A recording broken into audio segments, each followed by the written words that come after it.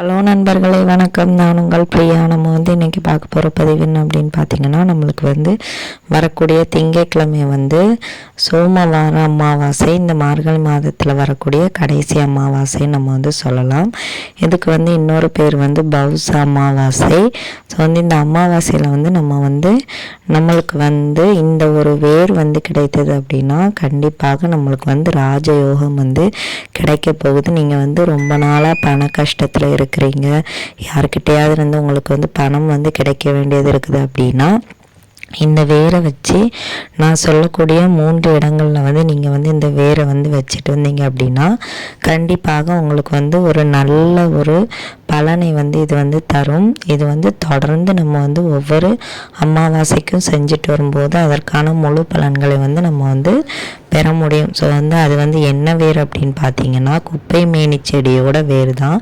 So இந்த குப்பை மேனி செடி உங்கள் எல்லாருக்குமே தெரியும்.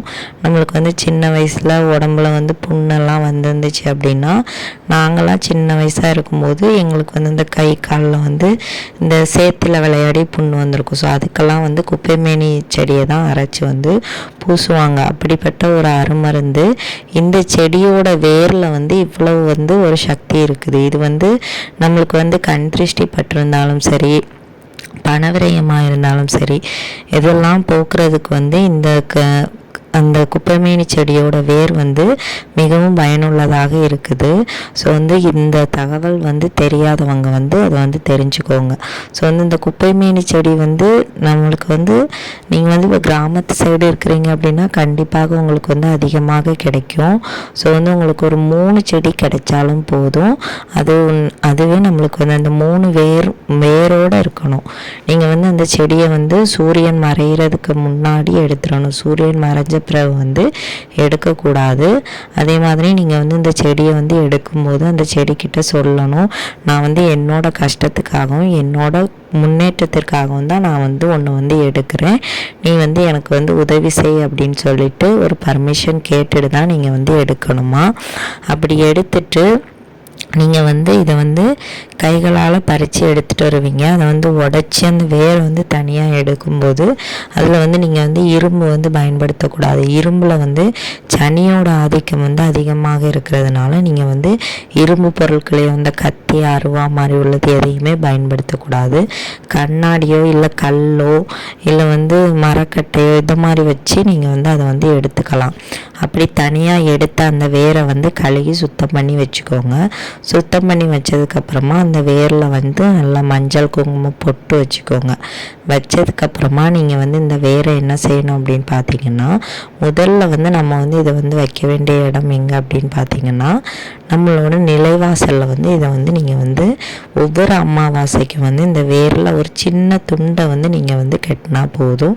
இது எல்லாரோட கண் படணும்னு அவசியம் இல்லை.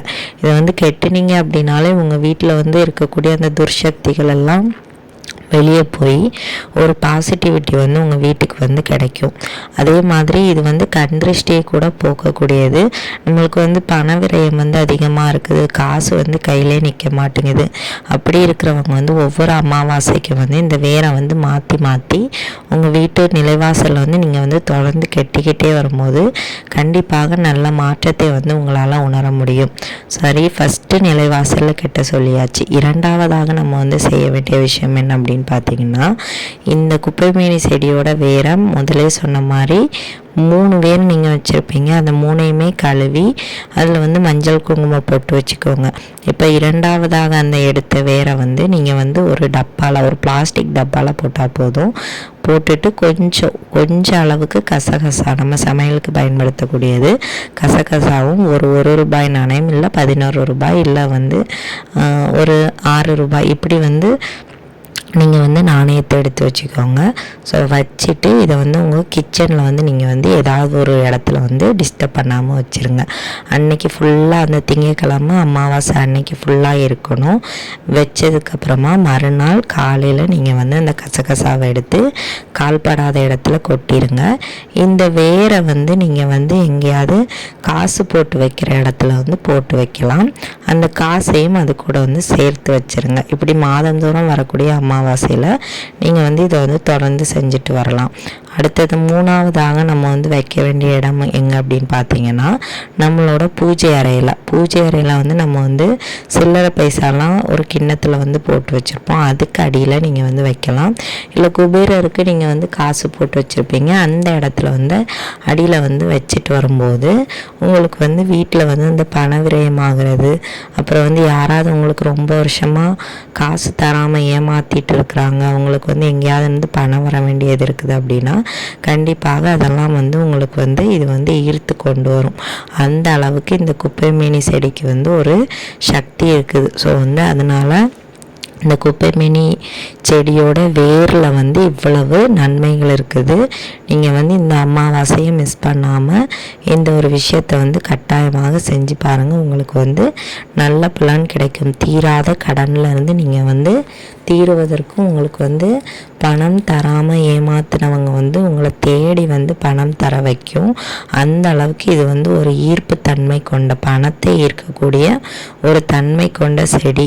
நம்ம வந்து எவ்வளவு நம்பிக்கையோடு பண்ணுறோமோ அந்த அளவுக்கு நம்மளுக்கு வந்து நற்பலன்களையும் கொண்டு வரக்கூடியது. ஸோ மறக்காமல் நீங்கள் வந்து ட்ரை பண்ணி பாருங்கள். கண்டிப்பாக உங்களுக்கு வந்து நல்ல பலன் கிடைக்கும். இந்த பதிவு வந்து உங்களுக்கு உபயோகமாக இருக்கும்னு நினைக்கிறேன். உபயோகமாக இருந்தது அப்படின்னா லைக் பண்ணி ஷேர் பண்ணுங்கள். மறக்காமல் நம்மளோட சேனலை சப்ஸ்கிரைப் பண்ணி சேனலுக்கு சப்போர்ட் பண்ணுங்கள். இந்த வீடியோவின் முழு பதிவை பார்த்ததற்கு மிக்க நன்றி.